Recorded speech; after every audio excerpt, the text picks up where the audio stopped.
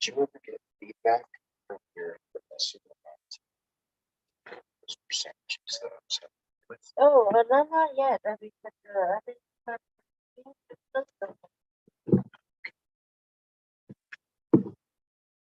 The reason I'm asking is because I was wondering if I helped you out right.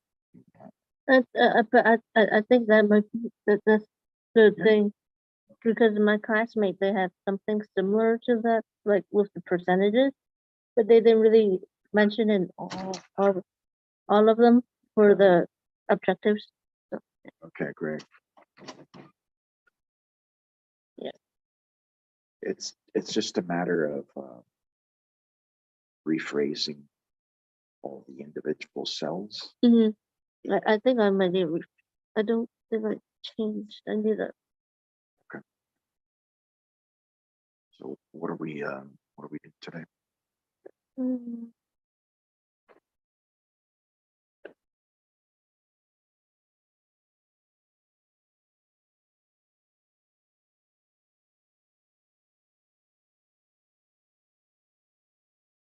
Same thing. maybe look at the rubric and then the other exercises that Oh, just to make sure. I think I didn't change everything. I'm not sure where we last left that. I think one of the language one. This one right here. Maybe yeah. Child can only read 69% or less of the words.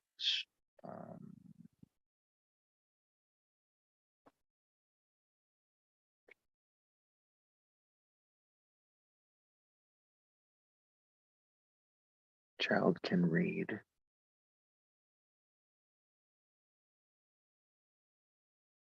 Child is able to read.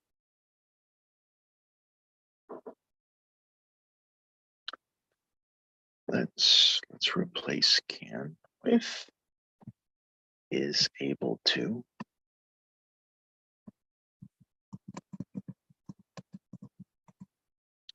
And then delete only. Let's see what this sounds like.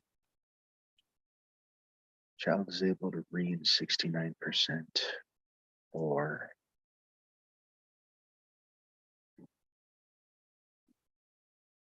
let's replace less of the with fewer. See what that sounds like.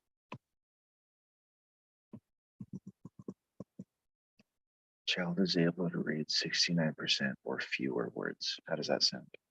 It's a lot more simple, right? Yeah. Okay. So you can use this as a model for the other percentages. You know what I mean? So for this one, for example, you can say the child is able to read 70 to 79% of the words. This one. Correct.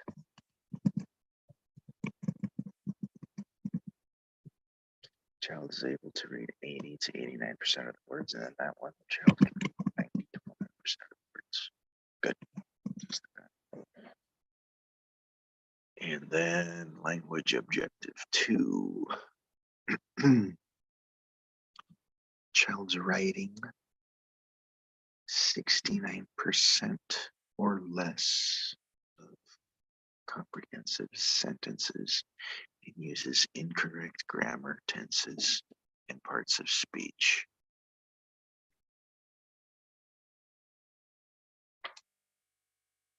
I'm not sure what you're trying to say there. The child's writing. Because where we have the writing activity of what animal they want to be and what they want to be and what habitat they live in and stuff like that.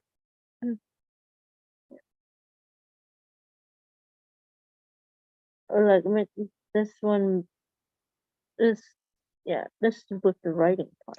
So Right. that if we make this the way they wrote it makes sense and stuff. Okay.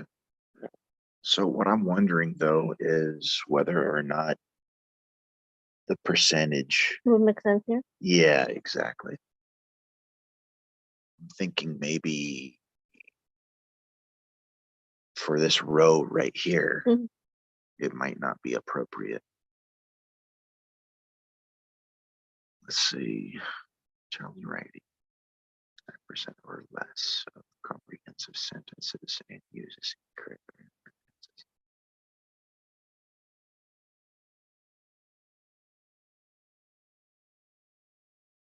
And maybe you can get away with not saying this part after the comma and uses incorrect grammar, tenses, and parts of speech, because when you say the child's writing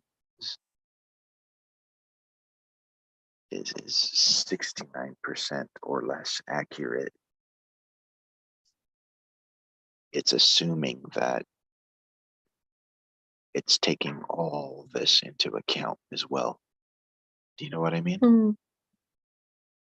Because when you say it's not accurate, it applies to all this. So that's not necessary. You know what I mean? Mm-hmm. So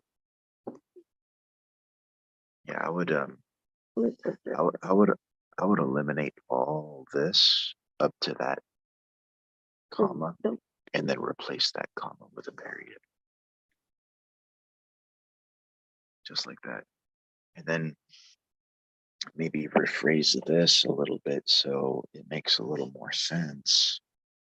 You can say something like, the child's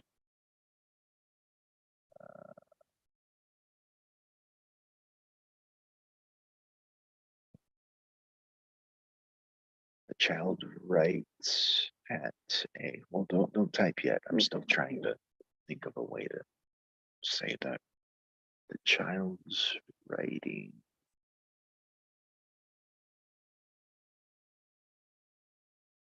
is at a 69%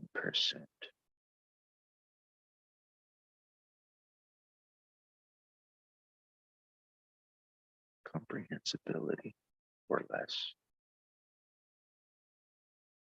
Let me see if there's an easier way to say it. The child writes at a 69% or less comprehensibility. No.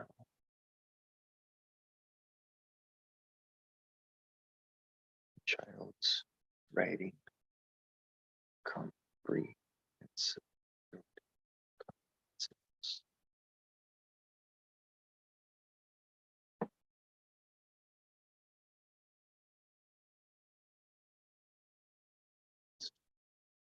The child's comprehensive writing is 69%. Let's give that a shot. okay. Let's do the child's writing. The child's comprehensive writing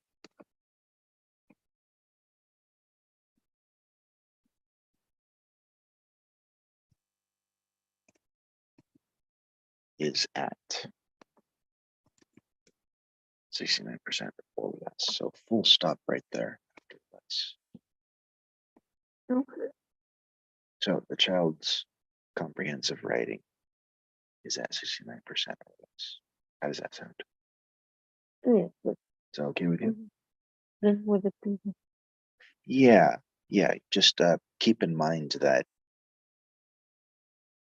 the grammar might be a little bit different to account for the range between two percentages. So in this case, for example, 70 to 79. Let's see if it works out. The child's comprehensive writing is, and then in this case, you would use between instead of at.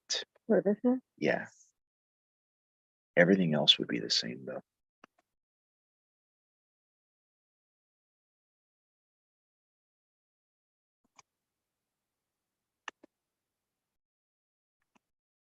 Is between 70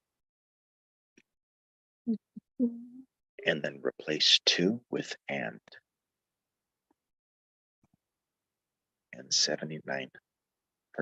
And then you can put a full stop after 79%. And then you can eliminate the rest.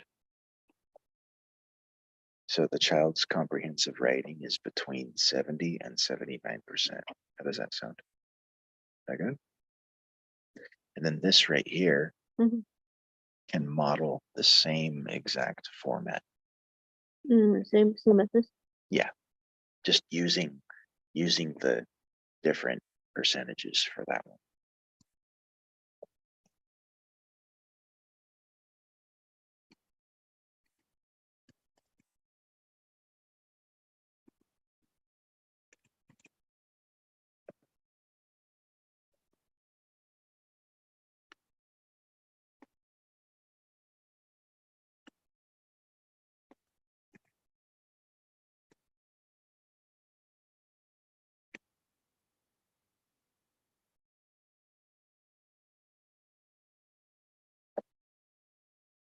You see how much straightforward that is? Would that one be the same for the thing? Let me see. Yeah. Yeah, same format because you're dealing with two percentages right here. Yeah, you could follow the same structure.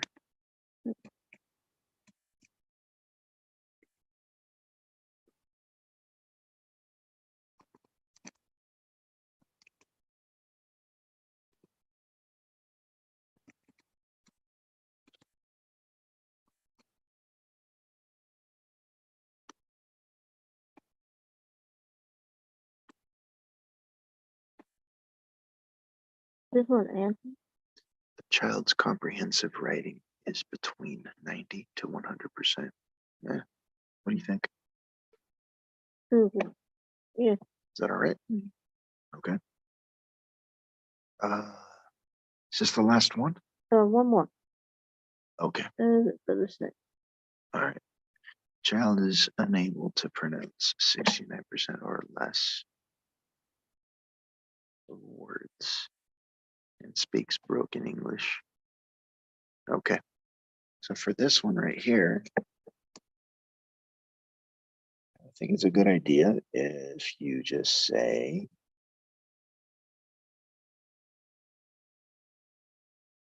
the child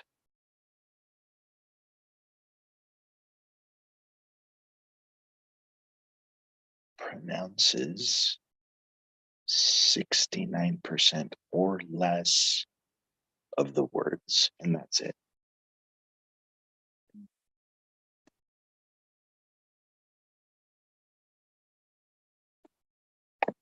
You said able, right? No. You can delete is also. Okay. Yeah, just like that. And then pronounces 69% or less of the words, full stop. Yeah. So what do you think about that simplified version? Yeah. Okay.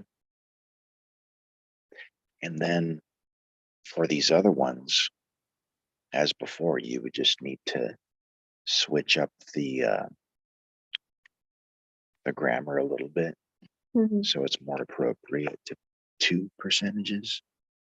The child is able to pronounce 70 to 79% of the words, full stop.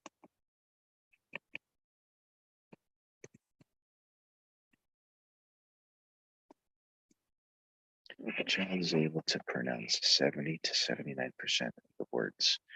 Okay. Now you can model these two in exactly the same way as this one.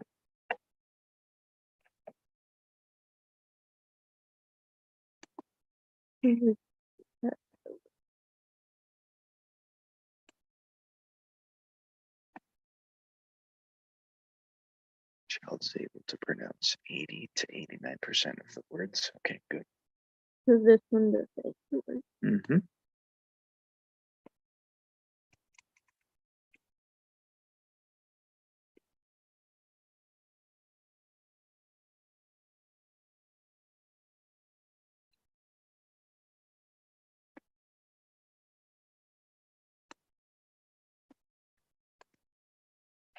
The child is able to pronounce 90 to 100% of the words. See how we did that? Made it a lot shorter, simplified, and easy to understand. Okay. And then this is the last row. Okay. Oh, you got two more? This is the last one. This is on the second page. Got it. Okay. It's going to be kind of hard to read because of that. Let me see. Child. That's all right. We'll figure it out. Child has difficulty following. This is listening, by the way. Child has difficulty following 69% or less of directions or understanding what is being asked.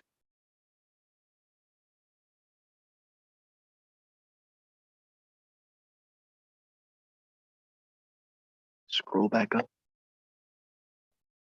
Child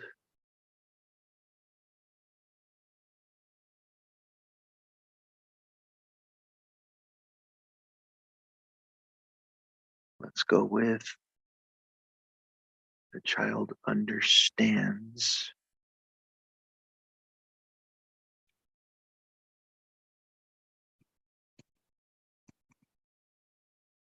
and then delete difficulty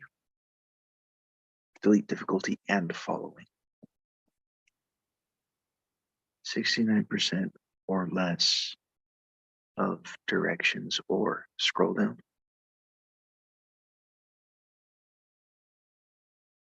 Scroll back up. The child understands 69% or less of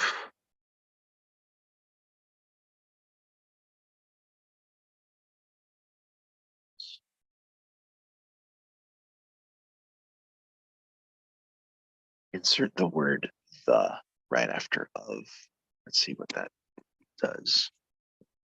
The child understands 69% or less of the directions. Full stop after directions.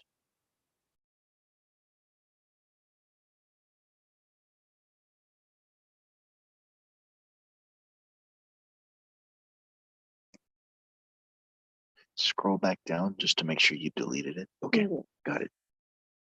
All right, so the child understands 69% or less of the directions. How does that sound? Okay. So now you can rephrase these cells right here. The child understands 70 to 79% of the directions. Yeah, just a lot more simplified. 70 to 79% of the directions.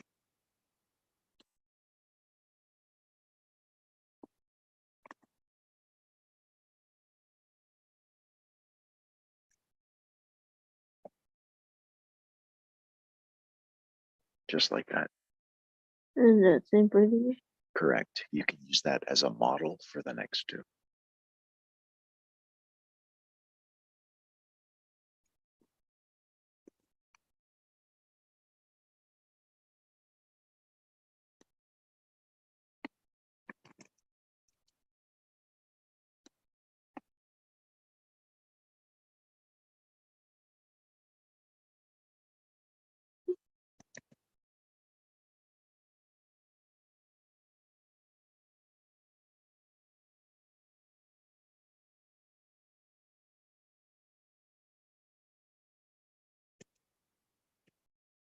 You could do the same thing for that one.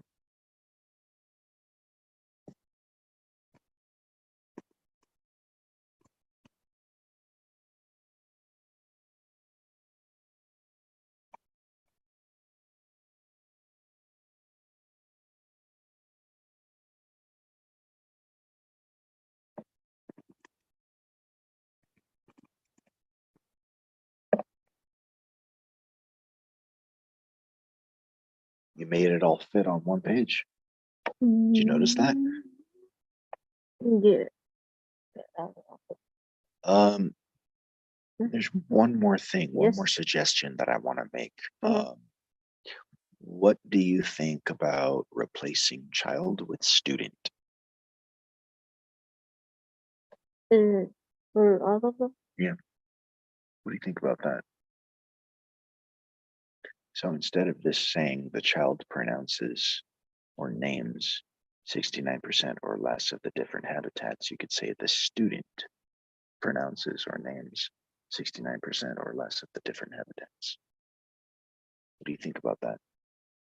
Just the thing is, if you go with students, you're going to need to be consistent and do that for all of them. So it's really up to you. Personal choice, Or you can keep it like this if you want.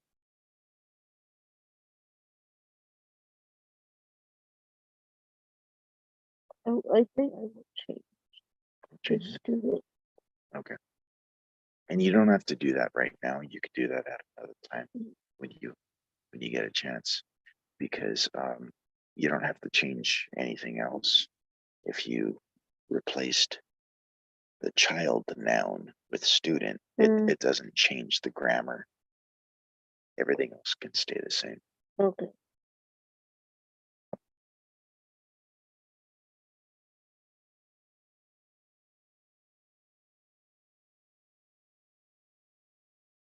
All right. Anything else? Those are beautiful.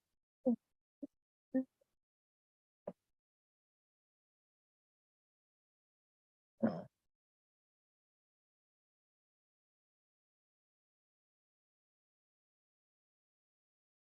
I changed that spider to it.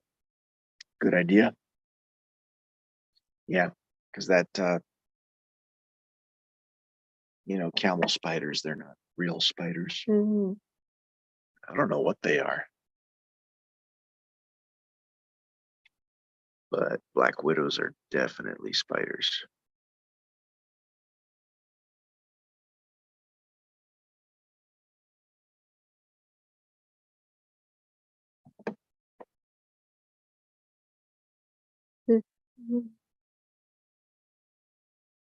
The directions, okay.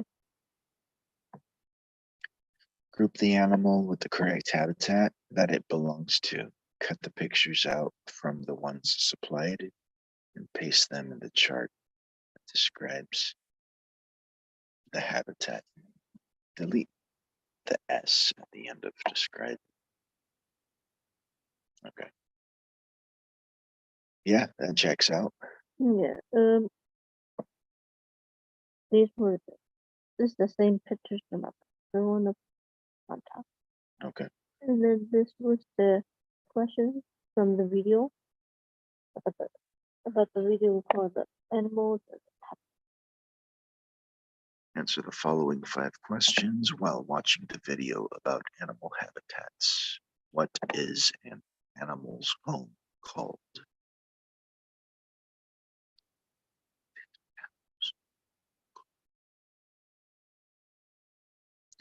Maybe rephrase this so it sounds like what do you call an animal's home?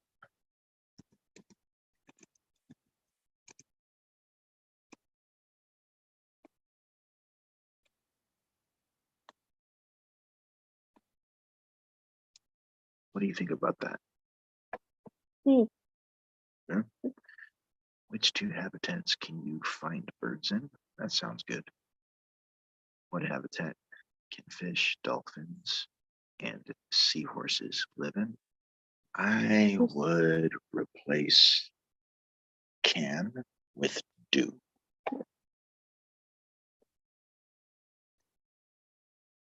What habitat do fish, dolphins, and seahorses live in?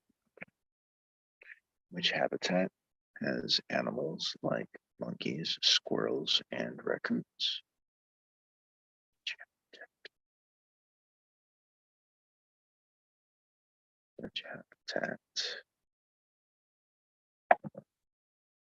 Which habitat do monkeys, squirrels, and raccoons live in? Let's try that. Which habitat do, and then delete animals like. Which habitat do monkeys, squirrels, and raccoons live in?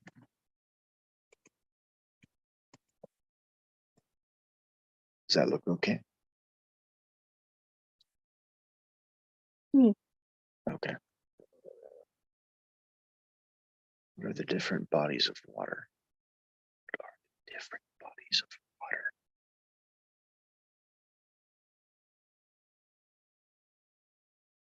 What do you mean by that?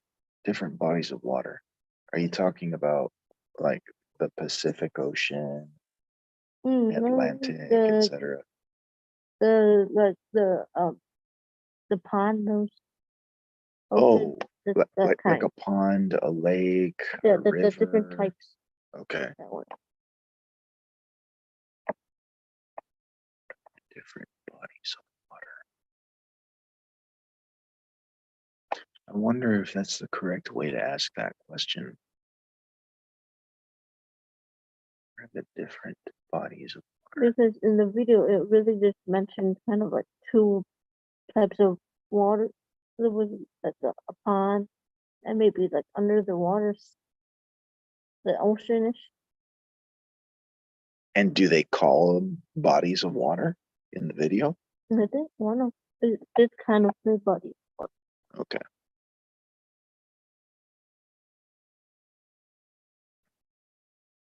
What if you were to restate this question like this?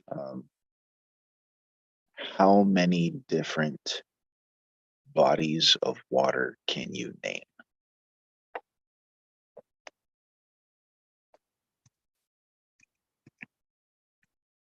I don't know how many different bodies of water can you name? So at the end, can you name? Okay. When you present the question like this,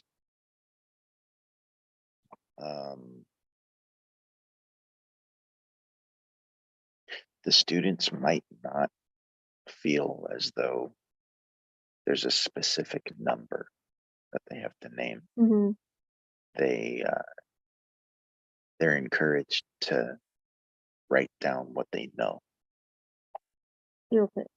So they don't have to stress about or are there 5? Are there 6? I don't know. They just go with what they know. That's the thing I like about questions like that. Okay. So that's all 5, right? Yeah, I created 5 because it was pretty short and it was like repeating some of the stuff they said. Okay. Cool. Is that gonna do it?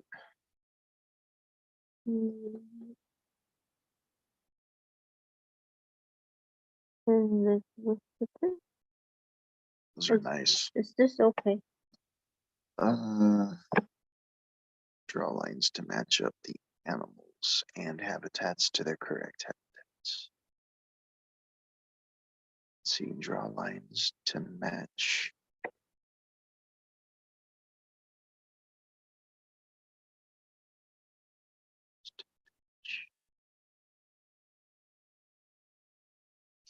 let's delete the word up.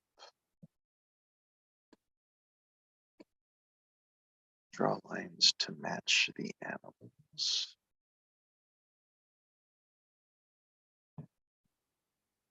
Replace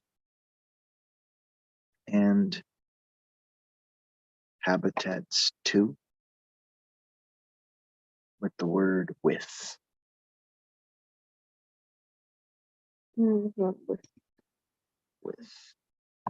Delete 2.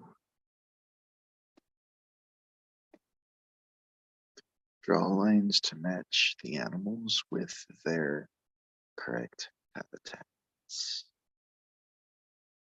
How does that sound? Mm. Okay.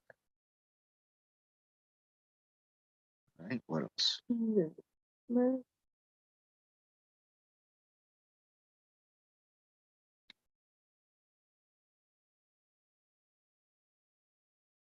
This was right. I think this the last one. Right. Write a short story about a habitat of your choice and what the animals do. The animals. Replace there are doing with do.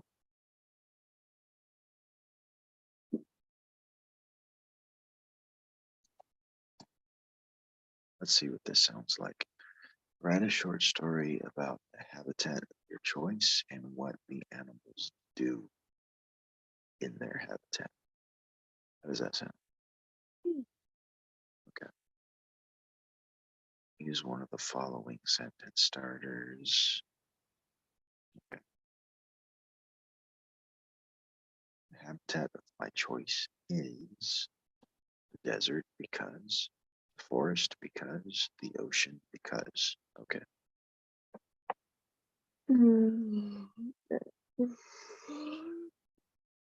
Can you look at the step?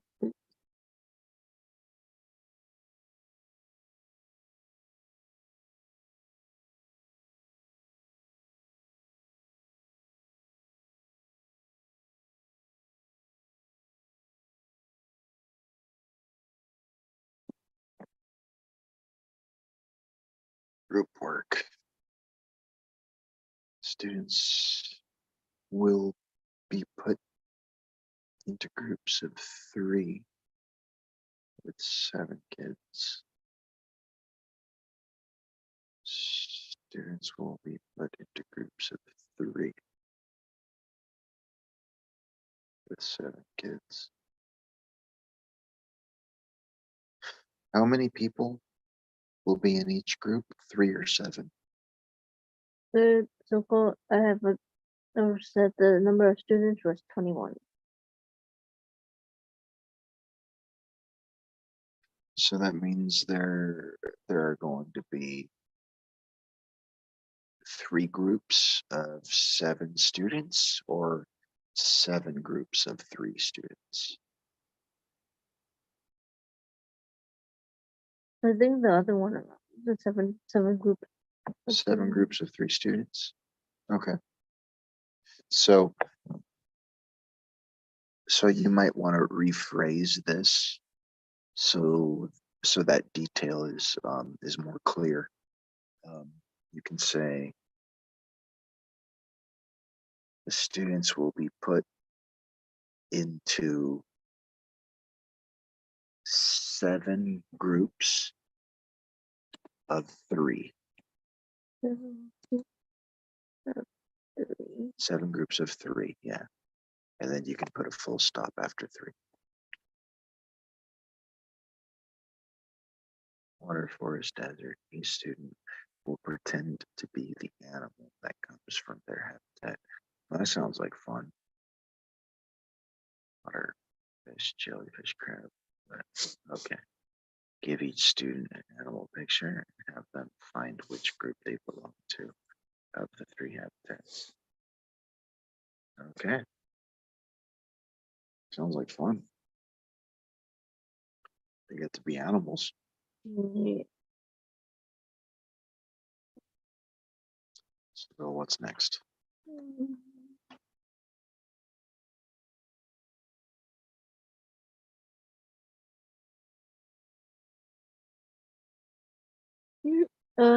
You think this is the one I need? I don't think I created a worksheet. Did you need a worksheet for this one? Because those activities. I need to create a worksheet for this one. Or something. Yeah, I'm just reading the whole thing. make sure if a worksheet would make sense or not. Because I'm supposed need to include everything. Yeah. With the lesson plan and the rubric and stuff. Yeah, I get that. Student, sure, fine.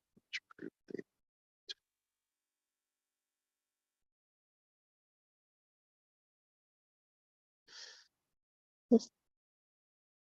So it doesn't sound like you need a worksheet for this activity, but in this last part right here, you talk about giving each student an animal picture. Yeah, this is local for this part. Right, got it. But here's my question. Are you going to have pictures of the different animals from a previous exercise that you can reuse again for this purpose right here? Or do you not have those at all?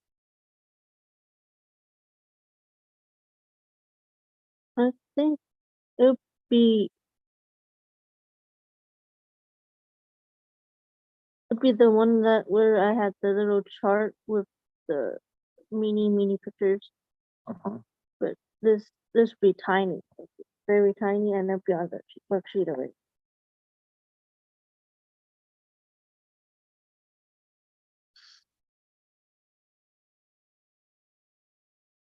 And I do have a so-called one of them where it's just the pictures of the animals. Okay.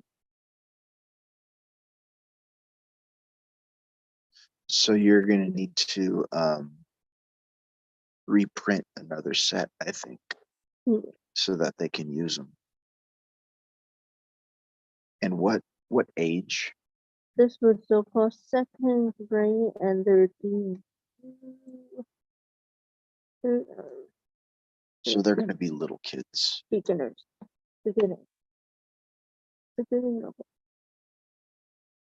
I suggest taking those pictures that you showed before and make another page. Yeah, for the specific purpose of that activity, get each and every one of those pictures and resizing them so that each picture takes up one whole page. So big enough. Okay. Right. Yeah.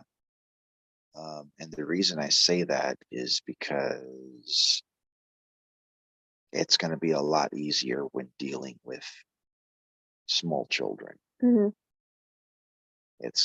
going to have an easier time handing out the larger pictures than the smaller ones. And it's a lot easier to keep track that way as well. And on top of that, if your budget allows, in your school lets you do this, you can laminate the entire pages a lot easier. And if your school lets you laminate things, that's gonna protect those pages also, those papers. The kids aren't gonna rip them as easily, and they will rip them. Trust me, especially at that age. Yes. So make a page with the pictures. Yeah, that's what I would do anyway.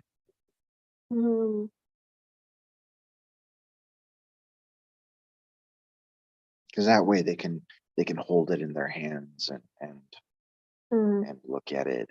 And, they're able to take in the whole picture a lot easier than if they were given just like tiny little cards with the pictures on them. What's this right here? For this one, this is that chart on the paper, and then like the KWL. Would this one be okay without a little page? So remind me what the KWL is again. So what the chart is. What you already know, what you want to know, and what you learn.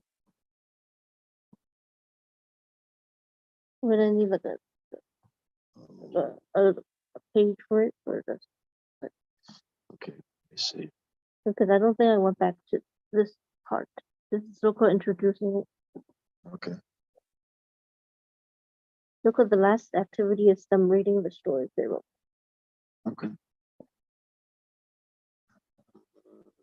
Chart in front of the classroom. Ask the students what they know about animal habitats and what they want to learn about animal habitats. Students can discuss what they know in groups about animals and habitats.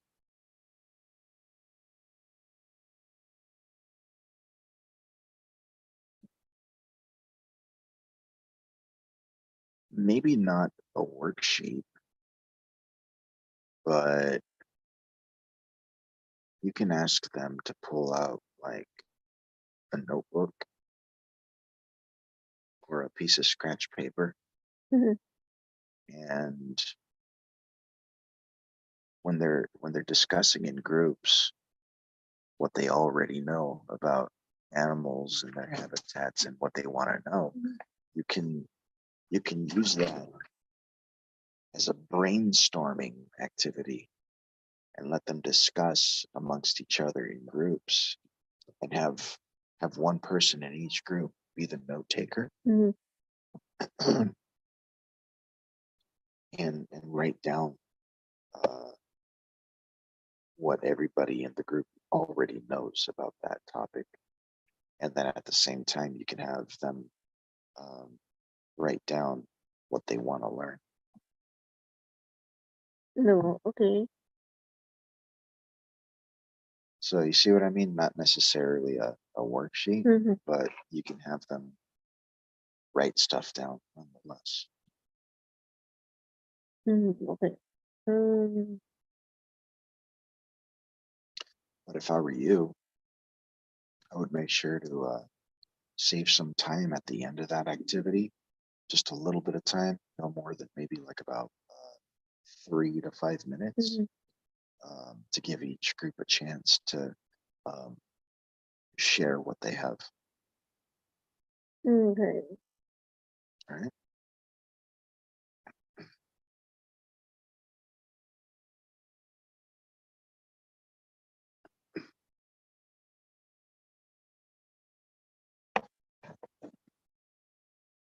It's 12:50.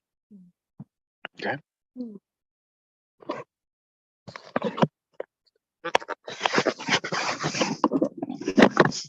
Yeah, just not sure if the 2 more steps might need a worksheet or not. What does this do? Don't go to bed. It's tonight. So that's it.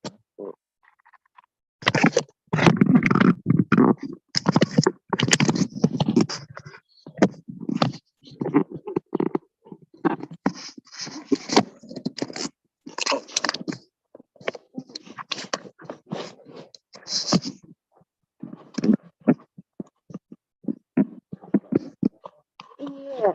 Will you be here in the summer?